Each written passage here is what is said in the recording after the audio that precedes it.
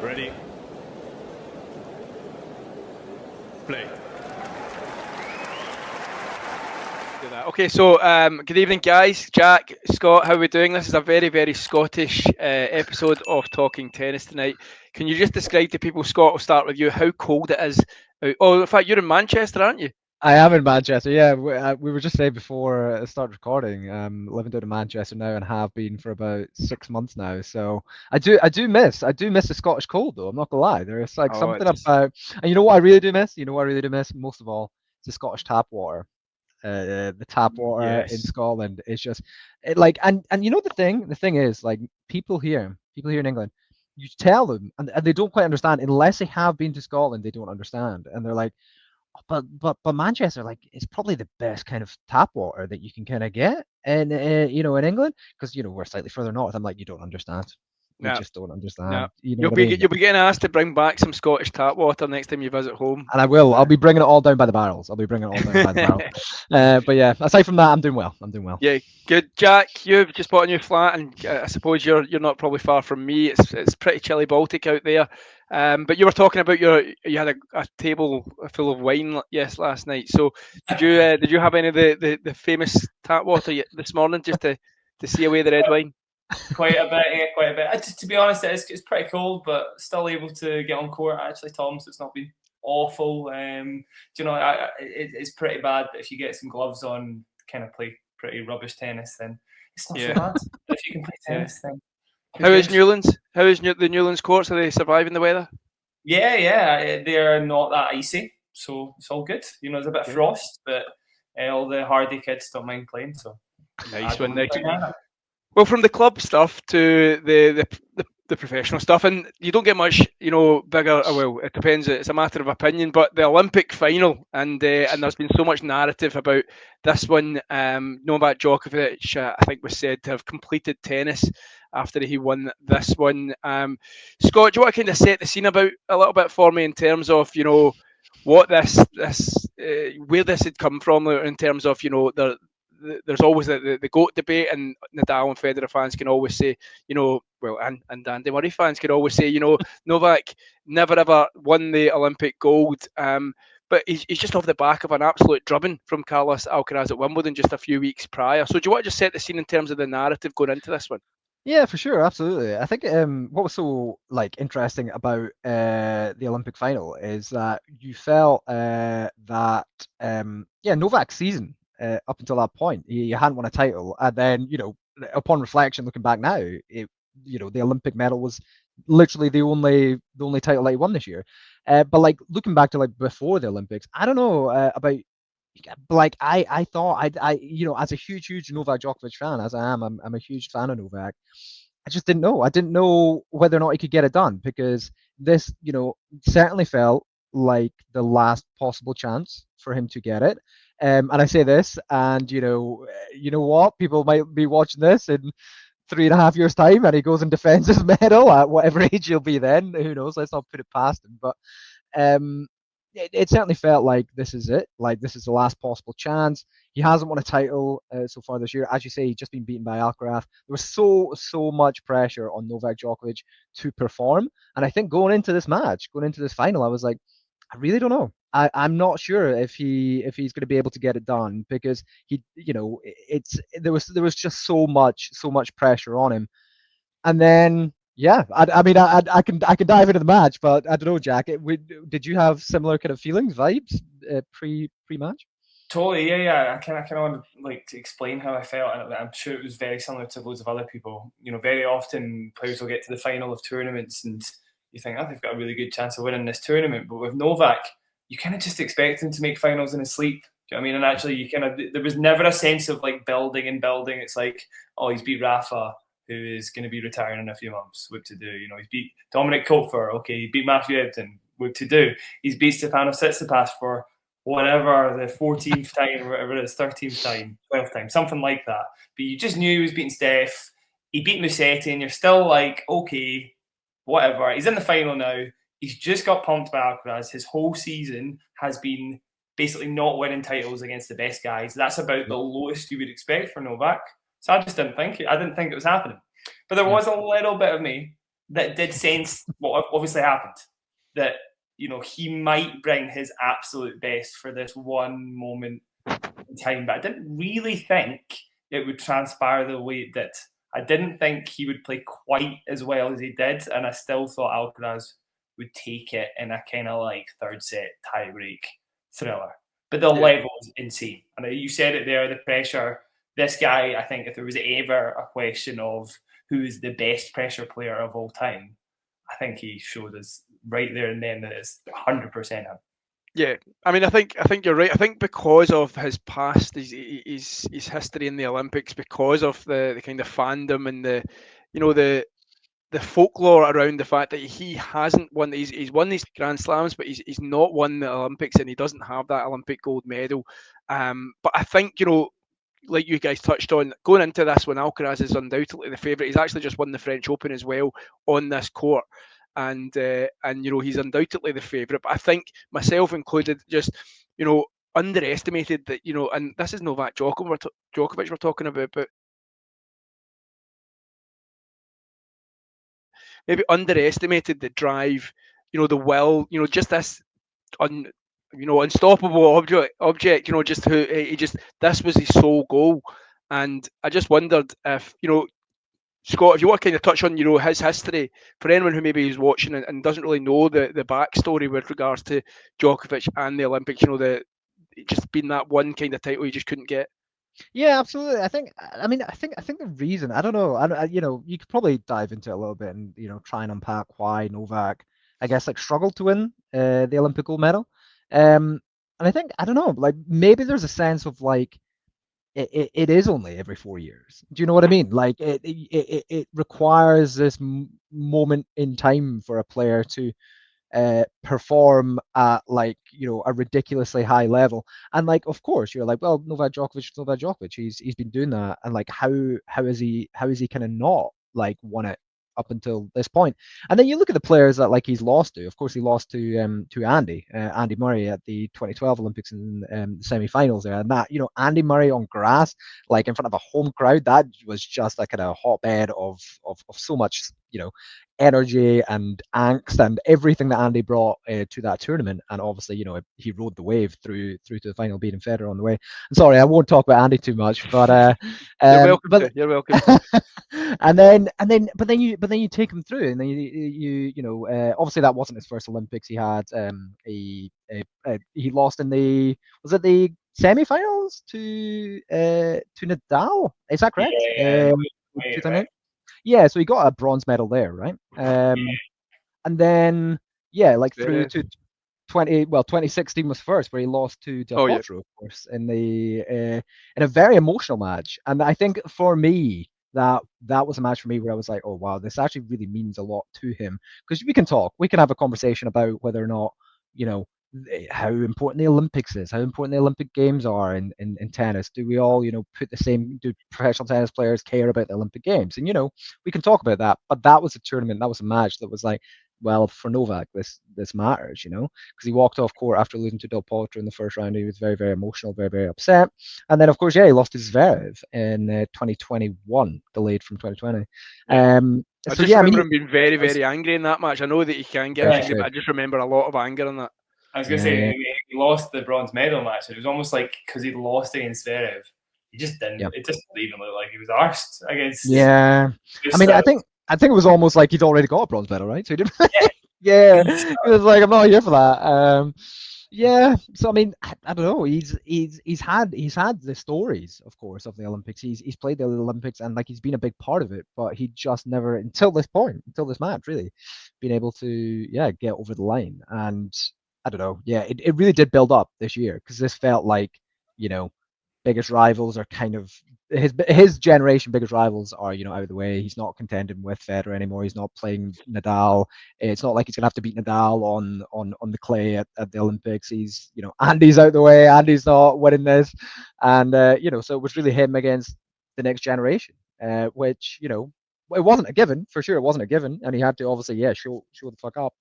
But yeah, I mean, I don't know. And then we saw what happened with this match. But yeah, I don't know. Novak in the Olympics, eh? Yeah, absolutely. Jack, I mean, Alcaraz, let's kind of look at the final then. Alcaraz didn't play badly in this final. It was a high quality tennis match, but I think as the match started getting into the first set, you could already tell that this was a little bit different. This was a different Djokovic from a few weeks earlier. Like the ground strokes were going to their marks. He was coming into the net a little bit more, and even through the match stats, I was looking at it before we came on, and at Wimbledon, his net point wins were 60%.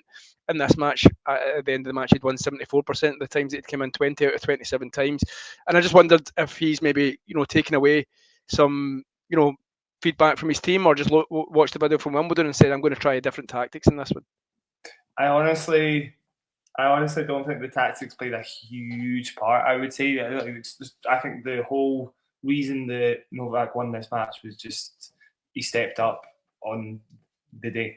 Basically, he hit his forehand better than I've seen him hit it all year. Yeah. Initially on clay for the last 3 or 4 seasons. Well, no, of course he was still very good on clay. I would have said a couple of years ago. So maybe that's hyperbole, but we hadn't seen him hit his forehand that well on clay this year within any of the matches he played. And then all of a sudden it was like, where the hell has that been? It just came out of nowhere. And in pressure moments, he absolutely slapped it. It was just crazy. Yeah.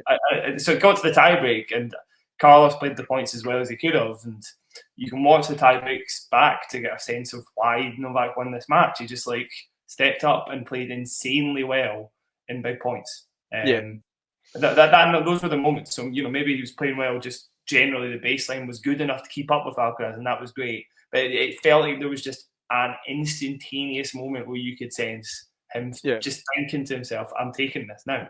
This is going to be my day," and that was the difference.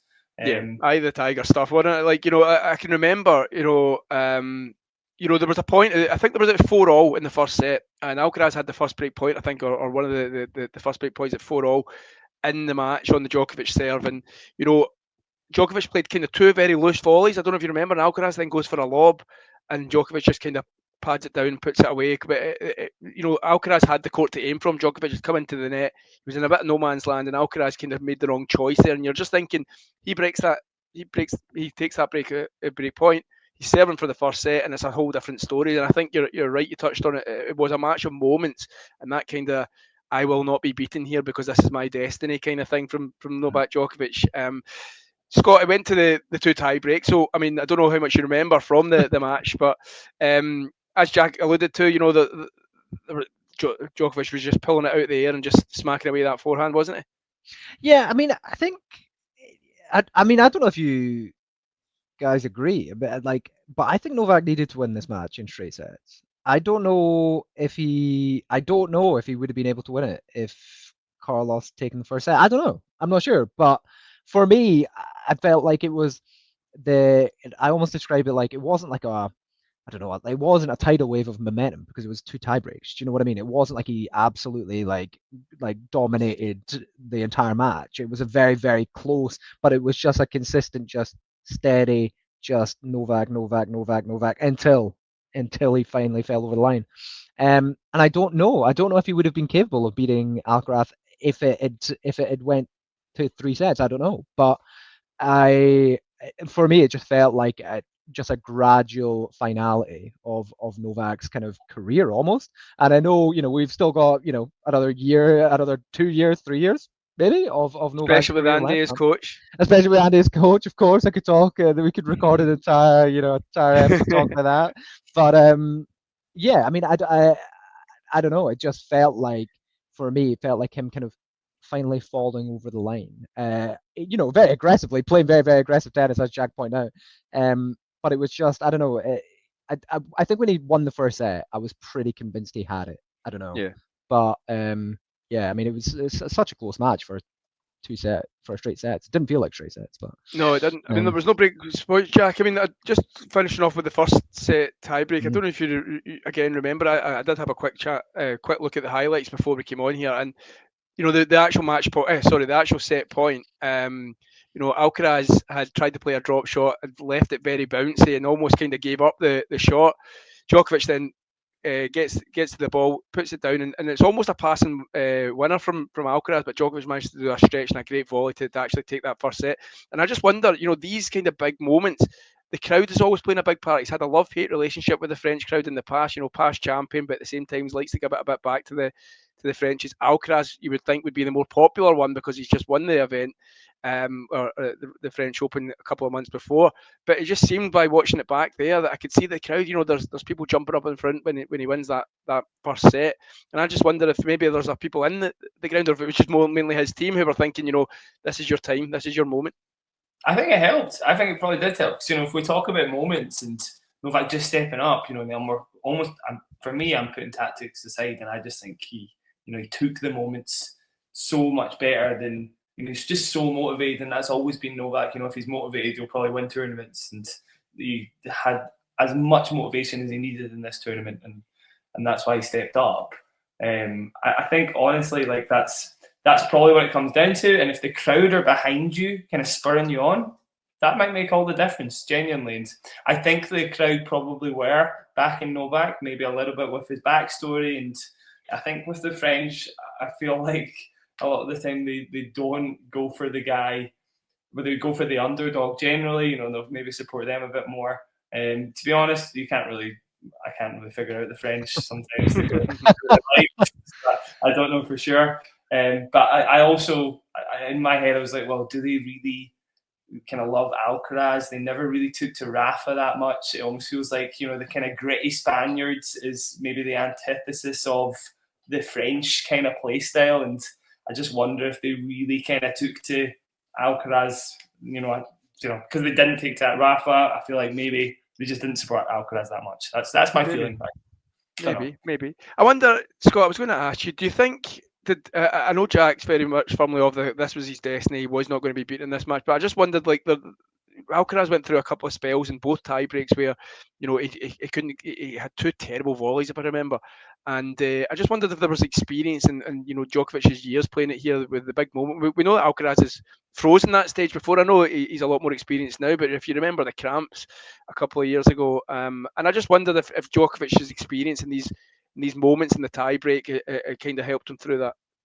Yeah, possibly. I almost think, and it seems ridiculous to say this about a player who is obviously as generationally gifted, as young as he is, and is fit, like he's already multiple major winner, world number one, etc. But I feel like yeah, of course Novak's experience probably helped, but almost like Alcaraz is inexperienced, in this match, and I think. For me, I think there was part of Alcaraz that I expected to come into this match and beat Novak quite comfortably. Yeah. And I don't know if you guys would necessarily agree with that, but I'm not saying that he walked on the court and knew it would be a walk in the park for sure. But if you compare it to that Wimbledon final, we can compare the two matches and it's like night and day, right? I don't know if you guys watched the Wimbledon final, but Novak was pretty bad. He wasn't, he didn't play that well. It was a bit of a lackluster performance from him. Absolutely. And I think, of course, I'm not saying that Alcaraz came into this match thinking, it's going to be copy and paste, but to a certain extent, I think maybe you couldn't blame him if he had, came in being like, I should manage to get this. I've won on this court, recently. I've done this. I've beaten this opponent just weeks ago, and then I think of course the moment got to him, so Djokovic kind of caught him unawares as well a little bit in that sense. I think complacency. Do you think a little bit of complacency for Alcaraz, or do you not get complacent at this level? Because you're playing you're playing the greatest of all time. You can't really get complacent, can you?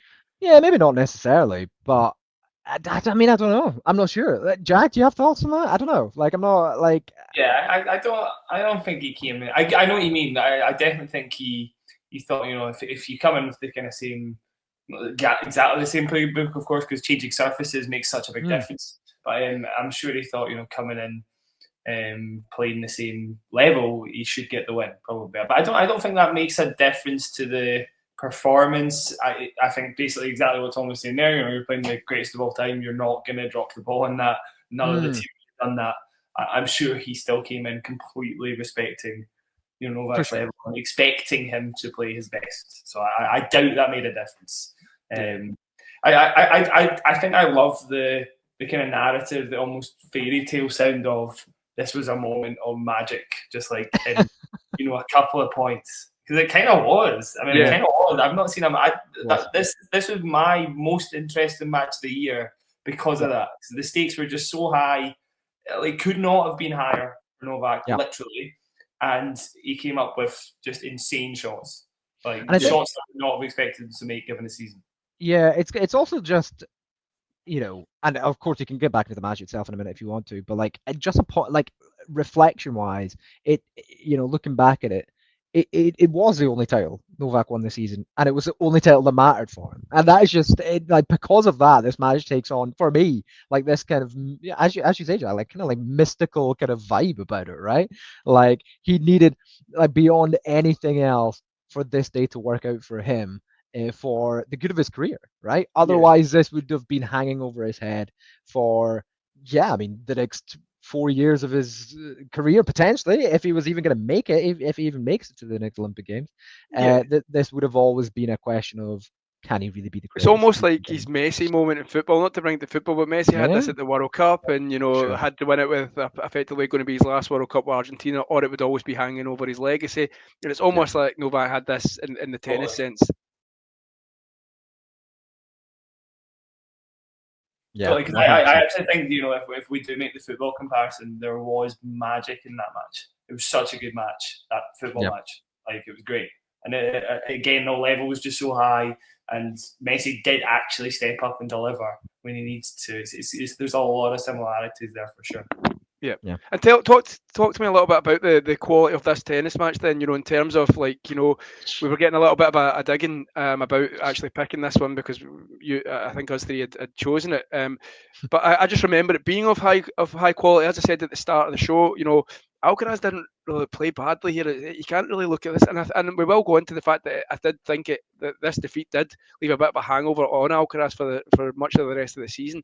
But Jack, just talk to me a little bit about the actual quality and some of the rally quality. Yeah, I mean, it was probably it's up there in terms of like level for both players. It's not like a super special kind of Rafa Djokovic classic. It's not like one of those ones where every point is just like a grueling mental point where it has to be something spectacular for the winner. I think for me, my enjoyment of matches does often come down to what is at stake and why they're playing. So it was still a very high quality match, and you still had loads of rallies where they both had to come up with something special. But there is maybe fans of Alcaraz that could say, "Oh, well, he didn't quite play his best." No, he didn't. To be fair, and Novak's probably playing, maybe a 9 out of 10 match rather than a 10 out of 10 match. But for me, it's like some people just look at the points in isolation and they judge it on that. Well, if you had Novak and Alcaraz playing an exhibition in your back garden, they might play the best match of their life. But who cares? It's I think you've hit the nail on the head, Jack, man. Like, I think me and you see tennis very, very similarly in this regard. I think all the best tennis matches, for me personally, have a story behind them. Like, I think all the memorable tennis matches for me, all the ones that like stick in my head, have a huge, huge story like heading into them, and like the two players are like characters, right? Like, and like a clash of these personalities in the big moments, and I just and that, I mean, that's what you saw here, and it was so perfectly replicated. It was Novak, the old kind of like, hadn't won a title. Is he done? Is he finished? Can he produce when it matters still? Can he do this against like the young upstart who just beaten him weeks before? And it's such a perfect, like, you couldn't write a better script than that. Do you know what I mean? So like, and then of course, like when you put in like the good tennis, like, because you're right, like great tennis, maybe not like perfect, maybe not like fantastic, but still decent tennis. Then you just have like a match that sticks out for me. It's like one of the greatest this year. So yeah. No, absolutely. And so Novak goes on to win at 7-6, 7-6. Obviously, a whole load of emotion. He's on the dirt. He's on the red dirt in tears, and it's good to see that. Jack, as we look back on that at the end of 2024, now Novak's had up and down moments in the year. Scott says, he hasn't won a Grand Slam for the first time in probably about 15 years. So will he look back on the fact that he's won this as a good 2024? Yeah, I mean, good though. I think to be honest, he's achieved a goal. He could have probably he's probably not his sole goal, but one of his only goals, only his targets at the start of the year. Surely that it would have been that Olympic gold. I think it's telling that Novak goes into 2025 almost saying out loud, "I will keep up with these guys this season." Almost an admission that he didn't this year. The Olympics is an asterisk in an otherwise pretty poor season from Novak, right? So, it's almost like he's saying, "I'll be back," because he's saying he's away, which I think I don't think I've ever heard him say that at the end of a season since like 2017. So was the latter half of 2017 good? No, that was a bad season overall, wasn't it? That was Novak's bad year. So yeah, I think overall we'd say no. And the Olympics is the only thing that leaves Novak at the end of the year saying, well, no regrets. I did what I had to do, but I've got to bring the level back for next year. It's not there. So. Yeah. Scott, I'll give you this moment then. Looking ahead for Novak in 2025, there's obviously been a big coaching change. The floor is yours, my friend. Yeah, I mean, oh God. I mean, I don't know. I mean, it's been a few weeks now since that announcement happened that, of course, Novak would be hiring Andy Murray. Like when I saw that, I don't know. What were the emotions like? What were the emotions like? I was trying to imagine what your reaction would be, Scott. Like I literally. It's because the reason for this is that I'm a huge Andy Murray fan, and I'm a huge Novak Djokovic fan. So the idea of this, I don't know, it is ridiculous. It is like a ridiculous scenario. Were you completely blindsided by this when you saw it? For sure. Of course, people are like, oh, I did think. It's like, come on now. Makes sense. You were maybe joking about it. Like, oh, can you imagine? Like, oh, that'd be pretty funny if he did that. And we were all thinking Andy might get into coaching, right? I said on an episode of Murray Musings, the Andy Murray podcast, that I thought Andy might get into coaching this time next year, and he might join up with a youngster, and see, and try. And then just as more and more time has gone by, I just think it makes such perfect sense. And I say this, and I think it'll either work or it'll be a complete disaster. And it'll be just totally will not work at all. Yeah, it just might be a disaster. It just might not work, But I'm so excited for it, and I think part of the reason that Novak has done this is, something that Jack briefly touched on there, is that he's been like, I will keep up with these guys. What I think Novak's looking for is just a spark of something, a spark to make him excited to step on the court again and to really run with. And this idea, it is outrageous. And I think Novak probably knows it was pretty outrageous. And when he called up Andy, I think he's kind of referenced the fact that Andy was like, "What in the world are you talking about?" And then went away for a few days, called him back, and was like, "Sure, yeah, let's give it a go." I'm just fascinated. I'm super excited. It's a kind of coaching news for me that I'm like, it fully reinvigorates me for watching. I was always going to be watching Novak. Novak is one of the players for me that still has me tuning in. It still has me getting up at all hours to watch him play. And of course now with my boy Andy Murray, in the coaching box, of course. This is a dream scenario for me, honestly. And I could write an essay about it, and I might well do. You think you should? So do look out for it. But I'm very, very excited. I don't know if you guys agree. Maybe you guys think it's just outrageous. It won't work. I think it's good. I think it'll be so weird seeing Andy Murray in the box. Jack, as a coach yourself, then how can you bring what can you bring in terms of a coaching, you're not going to be able to teach Novak Djokovic anything about tennis. So what is it that maybe Novak's thinking about this appointment? I do think there's maybe a few things Andy could nice. teach Novak. Obviously Novak changed his serve in 2018. There's technical stuff he picked up only 6 years ago. It's not crazy that there's stuff that Novak might not know about tennis. But I don't think it'll be technical stuff. I think maybe there's some tactics that Andy could kind of help Novak with. I do genuinely believe that Novak is probably, Andy's probably got the highest tennis IQ of like the last kind of 15, 20 years, whatever it is. I genuinely think he's a better point constructor than like anybody else. Whether that's maybe because he had kind of weapon, it was weaker than the other three, it's, whatever. But I think strategically, Andy's like about as airtight as it gets. So there might actually be stuff that you can help Novak with. But I agree with Scott. I think it's more about like just being there and being somebody who's like literally the best hype man you could ever hire. Like, if you see Andy Murray in your box, there's no way he's going to stop like, cheering you on every single point. And if that's do you think he's going to be like that though, Jack? That's what I was about to ask. Do you think he'll be like dead animated? Yeah, absolutely. You don't think he'll be like Lando? Like, you don't think?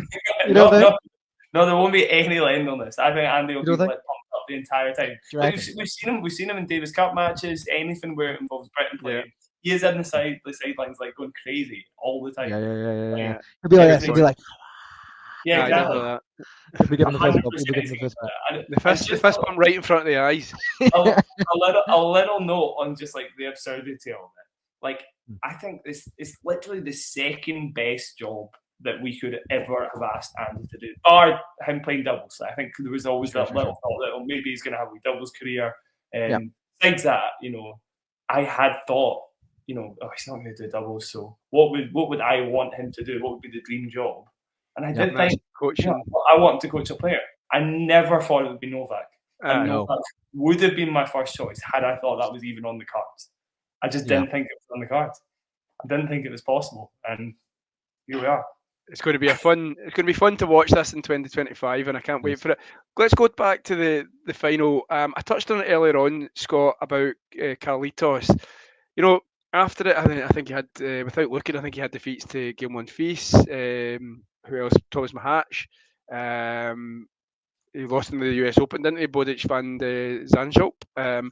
So there's some defeats against players, and there was almost a kind of blame that the pressure, the magnitude, the intensity of this final really had a lasting impact on Carlos. And but I mean, traditionally the second half of the season, indoor, a lot of it, he won Beijing, of course, beat Yannick Sinner, but indoor, traditionally he hasn't performed. So I just wondered, Scott, in your view, did this defeat, actually give him a bit of a thing to go think about what to do? Yeah, I mean, maybe a little bit, but like, Alcaraz's season was such an interesting one, wasn't it? Because there were obviously the highs, of course, winning 2 majors, winning a handful of other titles too. But then he did have some really truly bizarre losses, like really like losses that you were like, where did that come from? What are we doing here? So I mean, for me, I don't necessarily know if that match like derailed the rest, or that loss derailed the rest of his season. I don't necessarily know that, because he did, it was a season-wide thing. Like, he just randomly like lost matches that you didn't necessarily think that he would. So I mean, I don't necessarily know. I don't know if this match. Did he maybe lose a bit of confidence then? I suppose, Jack. I'm maybe asking, do you think the confidence took a battering? Because I mean, we always think that, again, that these players are infallible and they're non-human, but like, losing a big match after beating a player, after scudding a player, as we would say here, and then getting beat back, like that surely got to impact the confidence a little bit.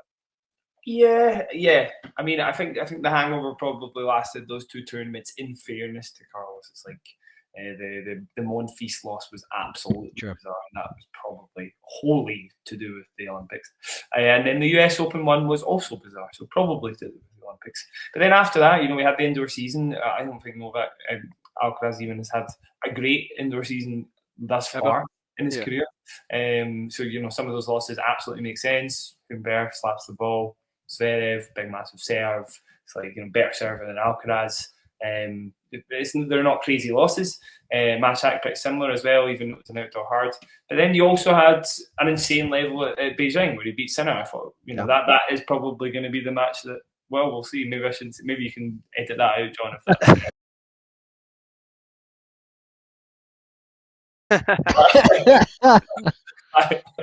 I would imagine that some people would say that was the best match of the season. So he obviously did play very well in bursts, and you know, I don't doubt that he'll go into 2025 being able to play his best tennis, because actually the season was very good, not just pretty good. You know, he had a lot of great moments. 2 slams is nothing to be scoffed at. Just some strange losses along the way, but at the same time, I think all of us expect him to do semi-finals or better at Australia, without doubt. If you enjoyed this video, make sure you hit that like button. Don't forget to subscribe and click that notification bell so you don't miss out on all things tennis.